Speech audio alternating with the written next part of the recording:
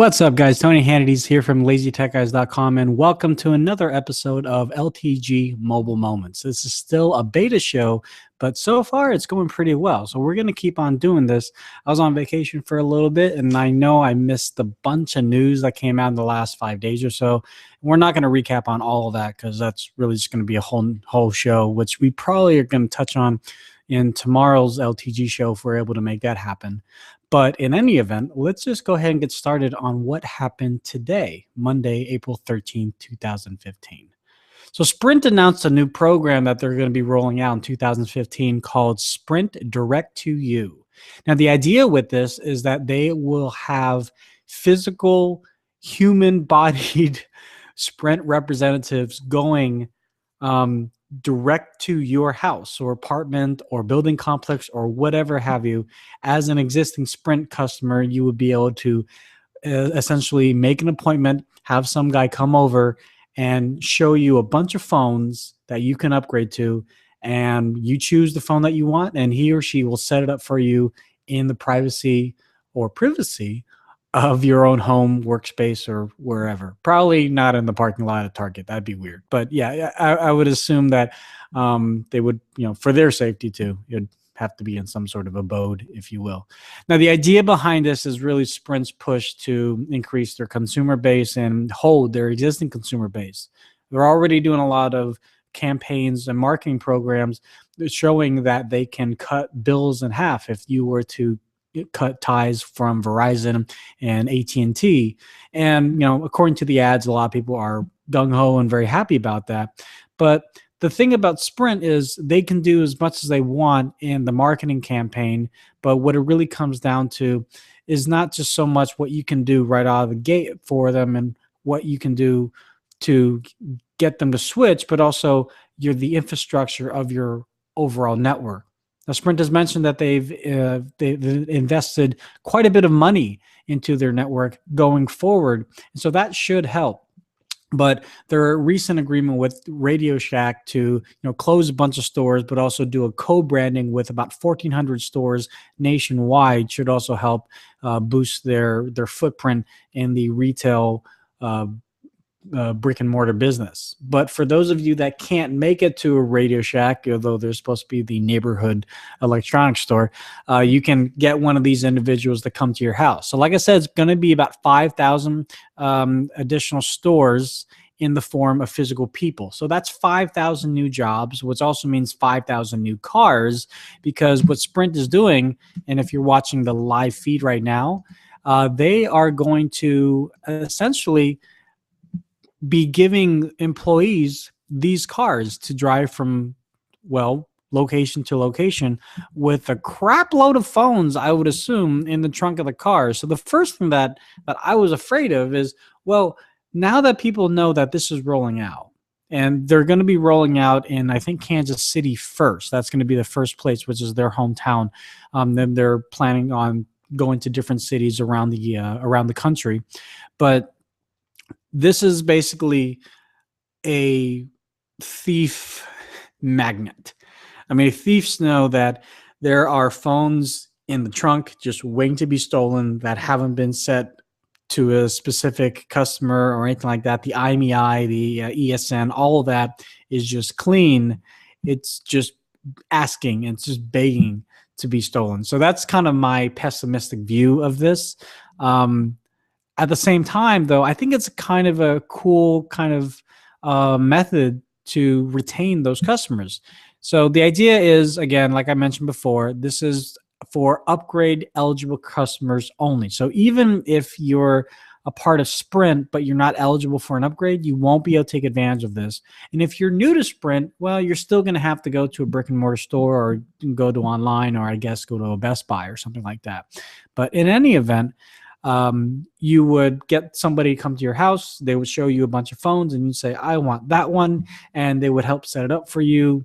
And, it's kind of cool because the ad that they have for it shows a mother with a child, and the child is in her arms, and she's, around the dining room table, and they lay out these nice Sprint mats to I'm sure it's just for marketing, but they, to make it nice and pristine and everything. And, assumingly, if you do have a child, you can let the child go play in their toys and everything. You can continue, choosing the phone that you want. And there's a lot of retail experiences where, you go to a Sprint store, and I know Verizon stores, they have the kids section in a lot of Verizon stores.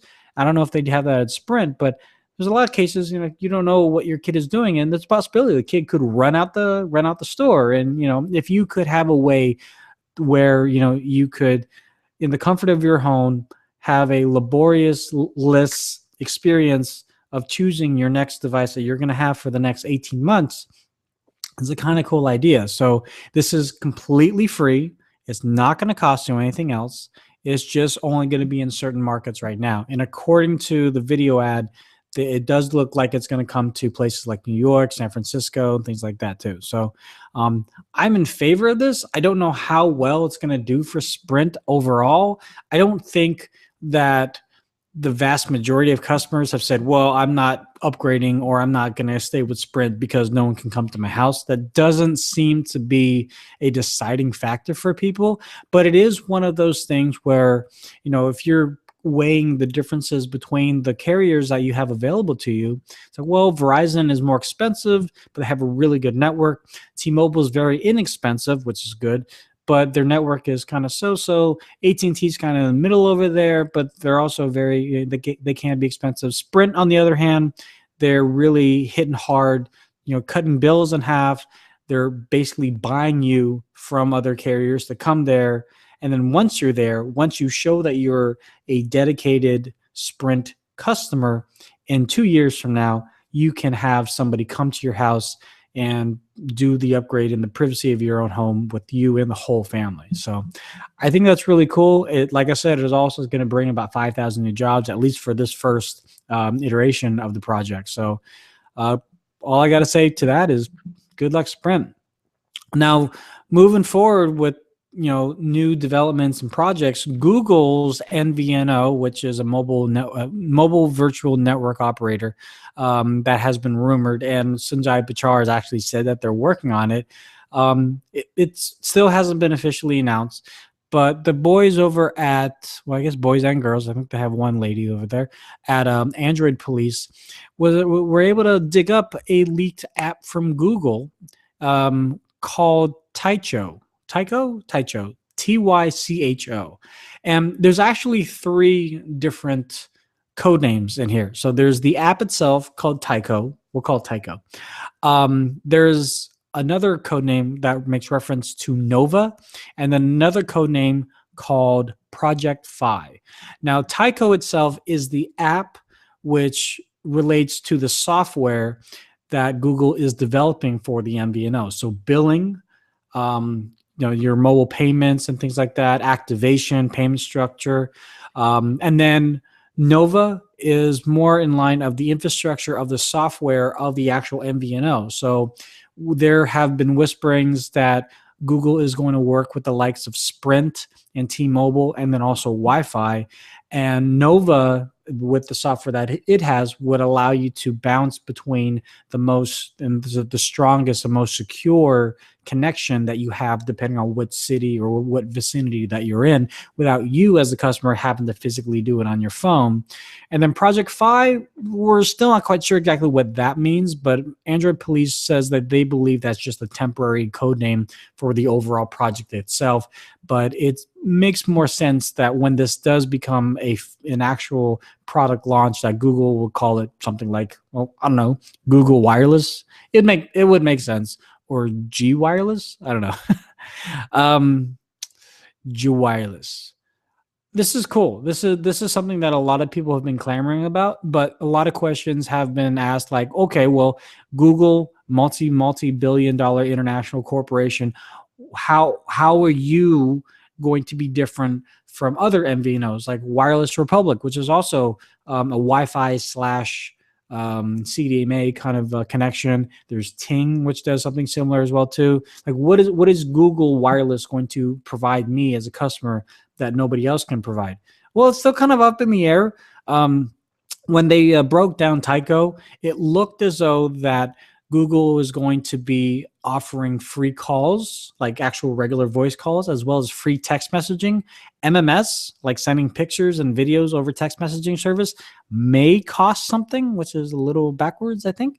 But then where Google is going to generate the revenue is in charging specifically for the gigabytes.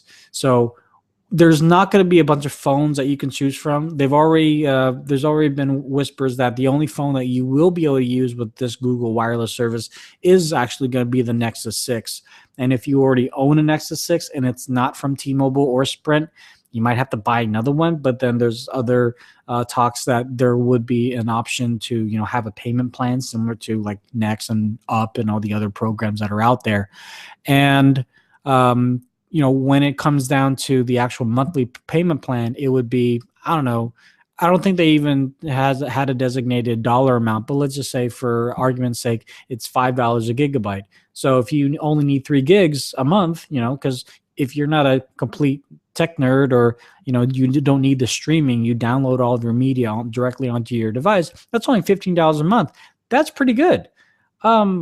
I can't think of at the top of my head how much like another carrier of similar caliber would be. I would have to look back at Ting and Republic Wireless to see exactly what their monthly plans are. Obviously, those carriers offer a larger range of product because if they're only going to be offering the Nexus 6, that's an expensive phone. That's a $700 phone. It's a flagship phone. It's not a developer phone like the other Nexuses were.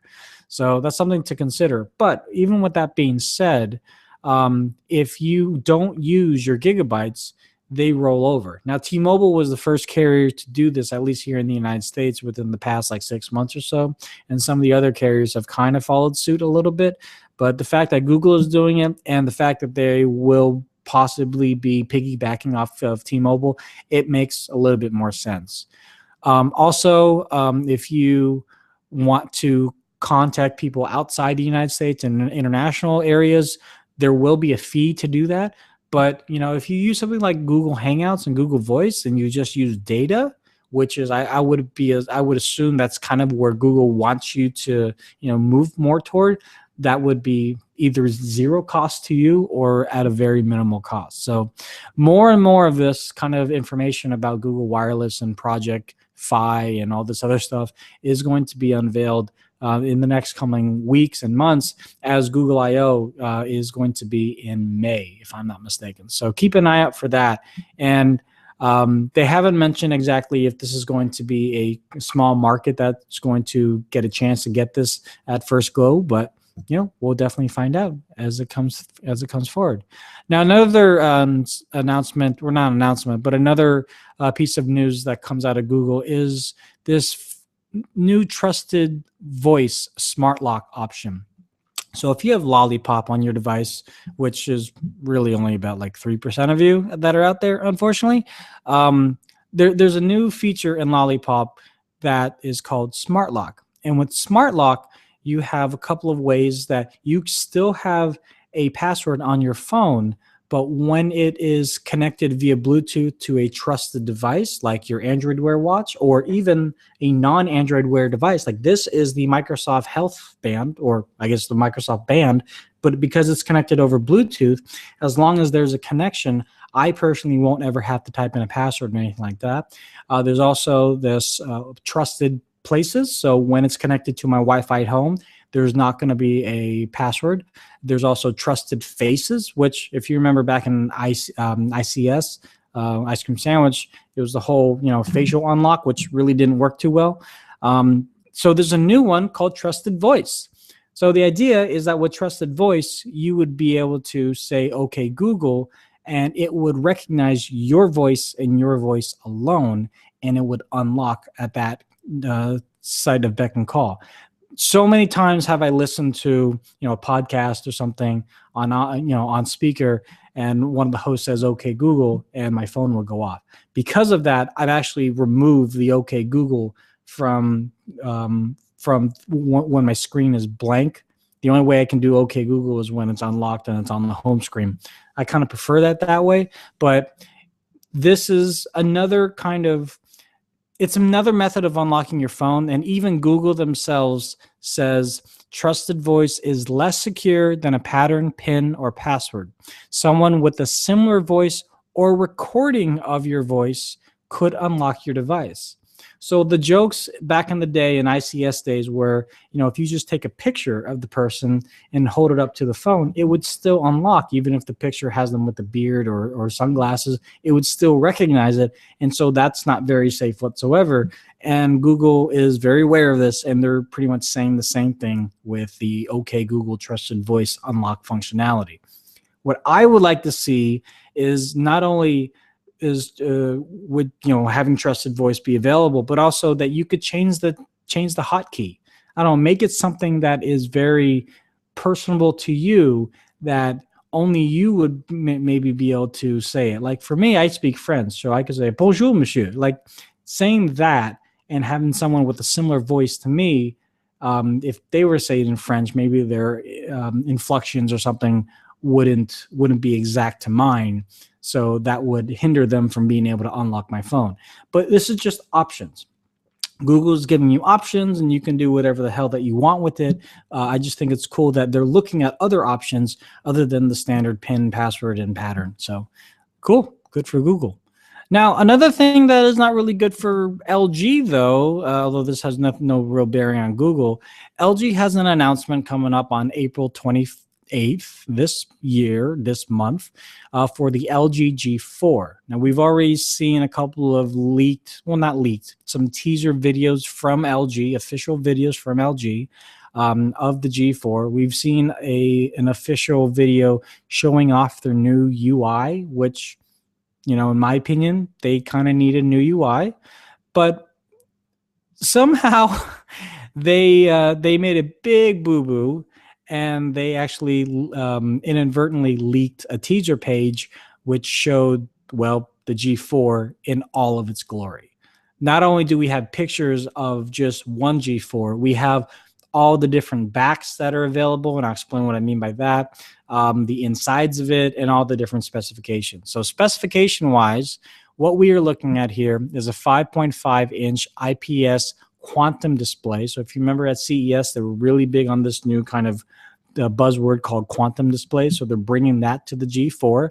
Has a resolution of 2560 by 1440, a 16 megapixel camera with an f1.8 aperture, removable 3000 milliamp battery, and a micro SD card slot. So right off the bat there, comparing that to the Galaxy S6, for some people that have been clamoring for a removable battery or a removable micro SD card, there's your phone.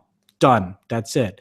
Moving on, this is only supposed to be 8.9 millimeters thick, has an all-glass face with physical buttons on the back underneath the camera, just like they did with G Flex and the G2 and the G3. So that's still that's still going to be the same thing. No actual dates as to like when it's going to be released or anything like that. But the one thing that was very interesting about all of this, like I mentioned, were the backs. So the backs themselves are completely removable, and there are a number of options of backs that you can choose from. Not only can you choose different plastic backs, but you can choose different leather-bound backs. So on the left there's the white, gray, and silver plastic backs, and then you got 1, 2, 3, 4, 5, 6 different leather backs, and these are 100% genuine leather, and they come off completely. No word on how much it's going to cost or anything like that, but for those of you that have liked the leather bound kind of material with the Moto X or the OnePlus Ones, and you haven't been able to get those devices, LG would allow you to get the phones at the base model. But then if you wanted to, you could upgrade just the back and get a leather back, and voila, you have a brand new phone in essence, just a brand new back. So it's pretty cool. And a lot of people make fun of, LG's trying to set themselves apart with these kind of gimmicky things with different backs. Well, a phone that you're going to have for 18 months to 2 years to 3 years for some people, it needs to represent you. And for the most part, people, they really fall in love with the phone. I mean, there's so many people that buy an iPhone and they don't put any case on it because they didn't fall in love with the case. They fell in love with the phone. And when you get a phone like the LG G4, the specifications of the phone are top notch. They're very good. They're really much in line with the rest of the flagships that are out there. I didn't see what the amount of RAM or what processor was on there. I'd have to double check, but let's see if it says it here. No, not here. So if you happen to know what that is, let me know. But having something that represents you out of the box without having to put a case on, and it's leather. That's why Motorola did it, and that's why Oppo, well, maybe not Oppo, but that's why OnePlus did it, and now LG's doing it, and they allow you to change it up a little bit. I would have loved this on my Nexus 6, but because I don't have that kind of feature, I got another case from UAG, which I did a review on, and you can check that out on Lazy Tech TV. And but looking at this, I kind of wanted to see, from my standpoint, how it would be to have a flagship phone without a case.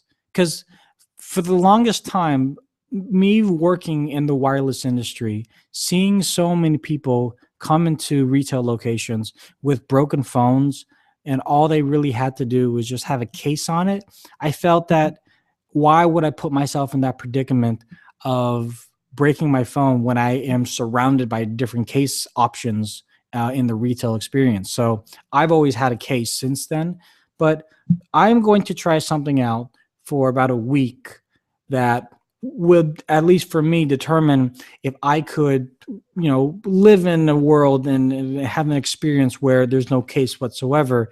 And so if I should get the LG G4 with a leather back, I would feel more comfortable not having a case and showing off the leather back. So I'm actually going to remove this UAG case temporarily. Here we go. Here's the Nexus 6 in all of its glory. Yeah. All right. Oh, God, I'm scared. Okay. So we'll definitely see how that goes, and I'll let you know maybe in about a week, or maybe I'll be crying sooner than later. I do have a screen protector. It is cracked right there. But, yeah, we'll see how it goes. I mean, right away, removing this case, as good as this case is, any case is going to add a little bit of girth to the phone. And it does add a little bit of grip, which I'm already kind of missing. But, that's the one nice thing about the leather back with the LG G4, because it's leather, it should have a little bit more grip. And over time, it should add a little bit more grip, just because the way that leather works. But, yeah.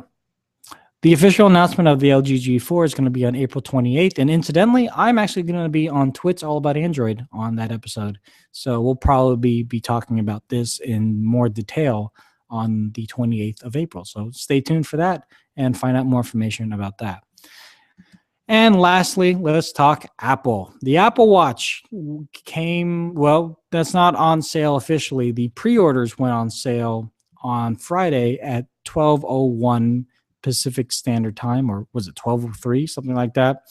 And over the weekend, according to an application called Slice, or Slice Intelligence, they do tracking for packages and things like that. They postulated that about over 9,000 people that use Slice ordered an Apple Watch. And the total sales of Apple Watch up until now are about 1 million.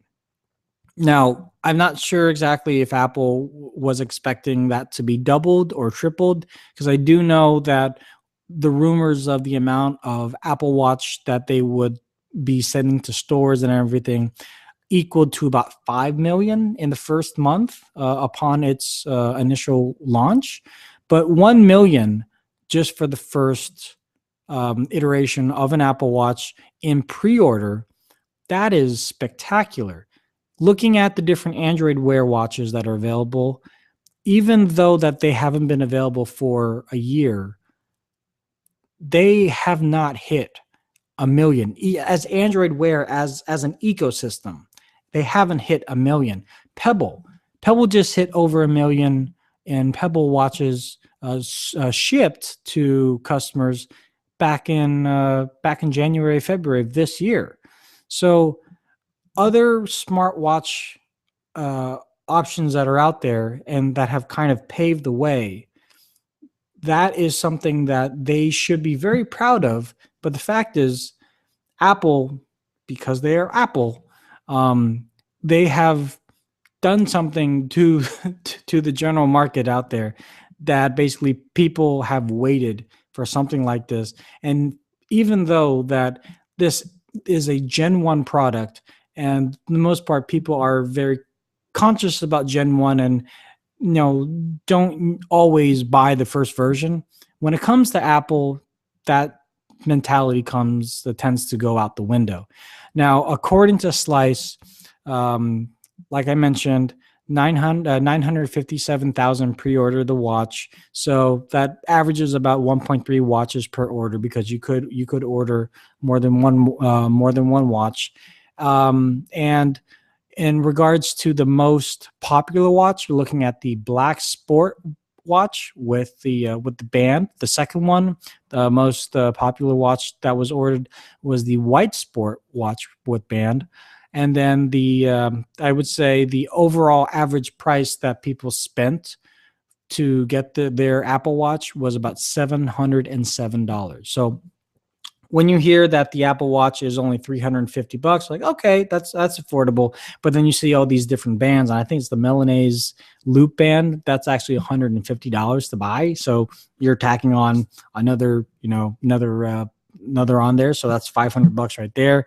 And then you realize, oh, maybe I want the bigger watch versus the smaller watch, and so you get the bigger one. That's going to increase the overall cost. So just be aware, if you haven't pre-ordered your Apple Watch, or you're looking to buy one, that you might not be getting the one at the ground floor. You're probably going to be looking at maybe $700, $800. So yeah, good for you, Apple. We'll definitely see a lot more as time moves on. Now, if you haven't ordered and you're planning on, maybe going to the store to see it before you pre-order it, just be aware you probably won't be receiving yours until maybe June, July, August. Pre-orders have pushed the ship date for a lot of these orders back for a couple of months. And that was even for people who ordered at 12:10.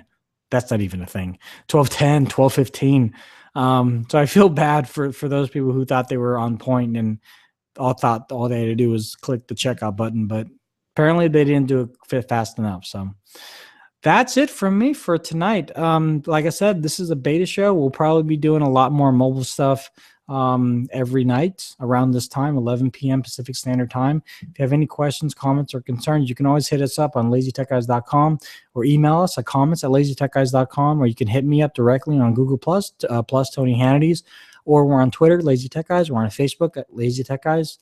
And if there's anything that you would want us to cover, if you want us to have interviews or anything like that, we'll probably have to make time shift happen, because this is the only time I'm available.